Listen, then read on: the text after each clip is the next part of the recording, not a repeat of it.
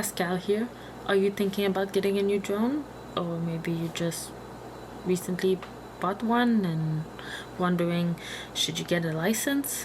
Where am I allowed to fly? I believe knowing where to fly can help you make the decision whether you want to have a basic license, an advanced license, or maybe even no license. The regulation here in Canada can be a little bit confusing, so I made this video to give you guys a brief explanation on the different area where you can and cannot fly depending on your type of drone or depending on the type of license that you decide to get. Under the Aeronautic Act and the Canadian Aviation Regulations, drones are considered aircraft and are therefore prohibited to enter the following zone without the proper authorizations. Class F, Special Use Restricted Airspace. Emergency site area such as traffic accident, any area located near a disaster such as a forest fire, a flood, earthquake, or any airspace for which a NOTAM for forest fire aircraft operating restriction has been emitted. Zone where 5.1 of the Aeronautic Act restrict the use of airspace to all aircraft has been emitted. And lastly, provincial parks are not regulated by a national organization, but pretty much every province have decided to follow the rules for the national parks, so it's mostly a no-fly zone. Under the Aeronautic Act and the Canadian Aviation Regulations, drones are considered aircraft and are therefore prohibited to enter the following zone without the proper authorizations. Class F, Special Use Restricted Airspace. Emergency Site Area. Zone where 5.1 prohibited, restricted, and other area of the Aeronautic Act restrict the use of airspace that all aircraft has to be emitted.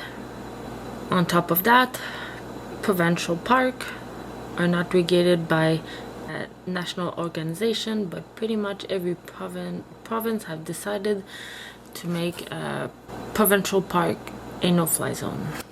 Now, depending on the type of drone or the different license you have, the no-fly zone will vary. So that brings me to then, where can you fly? Well, it depends. There's two main category of drone. There's micro drone that are 249 gram and below, and there's the 250 gram and above. For the micro drone, you're not required to have any license. You're also not required to register your drone with the government. For any other drone, you need to have them registered, and also you need one of the two different licenses that we have here in Canada, which is either the basic or the advanced RPA pilot certificate. Let's say you do have a drone that's 250 gram and above, and you have a basic, you just passed your basic license, so where can you fly? Well, with the basic license, it's pretty simple. Pretty much any prohibited or restricted area is no-fly zone for a basic license. Therefore, while you are prohibited to fly your drone within 3 nautical miles of a airspace, such as an airport, and 1 nautical mile from an heliport, you're also prohibited to fly within the terminal zone area. You're prohibited to fly within 3 nautical miles of a Ministry of National Defense aerodrome. You're prohibited to fly within 5 nautical miles of a security perimeter of a police or first responder emergency, such as a traffic accident, a car accident.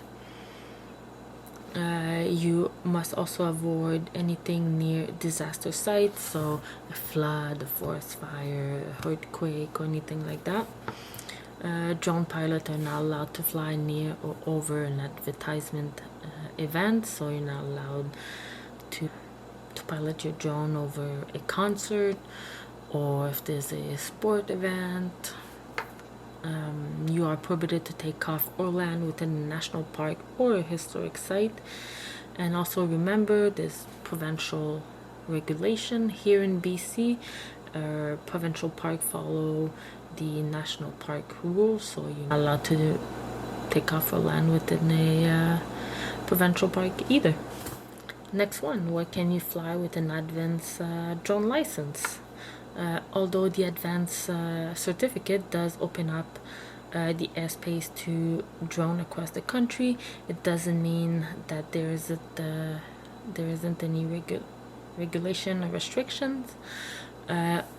All the area that I've mentioned above now become restricted instead of prohibited, and in order to fly in those areas, special permission must be granted, and sometimes they can be very hard to obtain. So in order to fly in a restricted airspace, you must obtain permission from Nav Canada.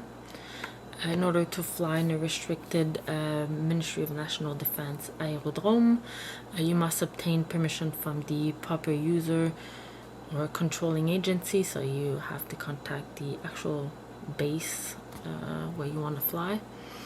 In order to fly near or over an advertisement event, you must have a special flight operation certificate specifically allow you to do so.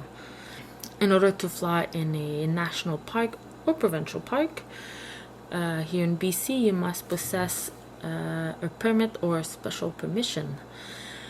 Now for national and provincial park, in order to obtain that permission, you must have the permission of the field superintendent, and also must meet Transport Canada requirements. So you must have your license, and in order to get a field superintendent authorization, you must submit the request, and you must those authorization or limited use of drone for natural and cultural resource management, public safety, law enforcement, park site management purpose, including like if you're doing some filming or photography for outreach, education, scientific research, commercial or promotional purpose.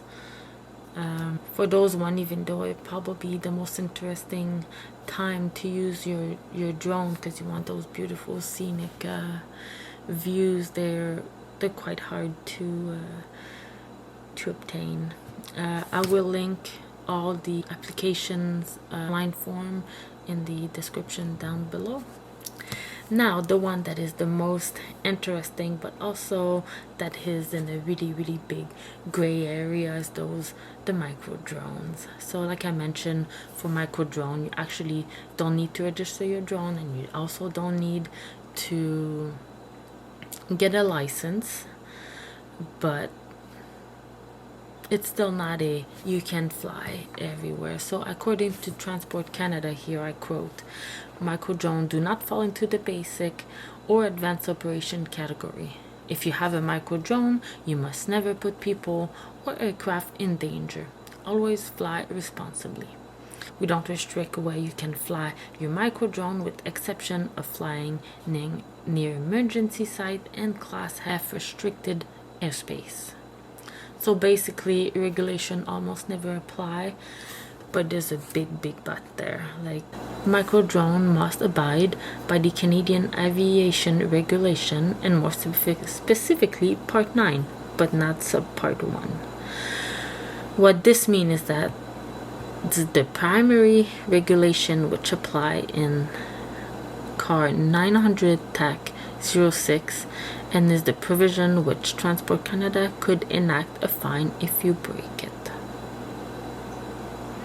I will read to you what is the Canadian Aviation Regulation 900 TAC 06.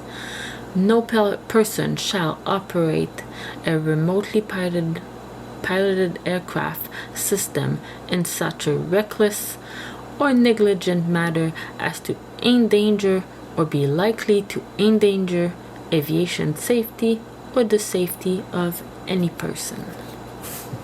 So what this means is you can fly your drone, but if you cause an accident or cause injuries, you might be held responsible, and a fine can be given to you, and those fines go up to $100,000.